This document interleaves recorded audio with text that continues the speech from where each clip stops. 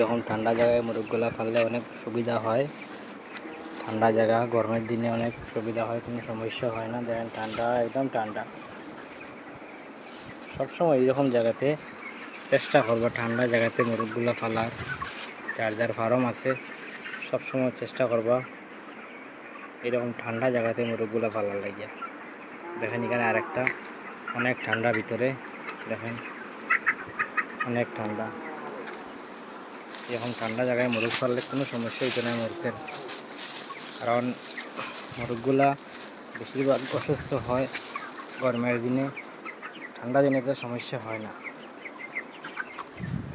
সমস্যা হয় বেশিরভাগ গরমের দিনে। এর গরমের দিনের লাগে সবসময় চিন্তা করবা, ঠান্ডার দিনের লাগে চিন্তা করতে লাগতো না। এইরকম ঠান্ডা জায়গা দেখে গোলা বানাইবা ঘরগুলা, মোরগগুলা পালতে সুবিধা হইব, অনেক সুবিধা হইব। মোরগগুলা অসুস্থ হইতো না, অসুস্থ হইলে মোরগ মারা যাইব, মারা গেলে আপনার লস হইব।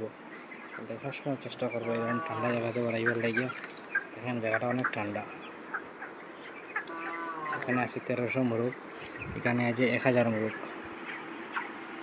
ওই পাশে আছে আরেকটা, ওই পাশে আছে আর তিনটা আছে, তিনটার মধ্যে টোটাল 3300 মোরগ আছে। দেখেন অনেক বড় ঘর।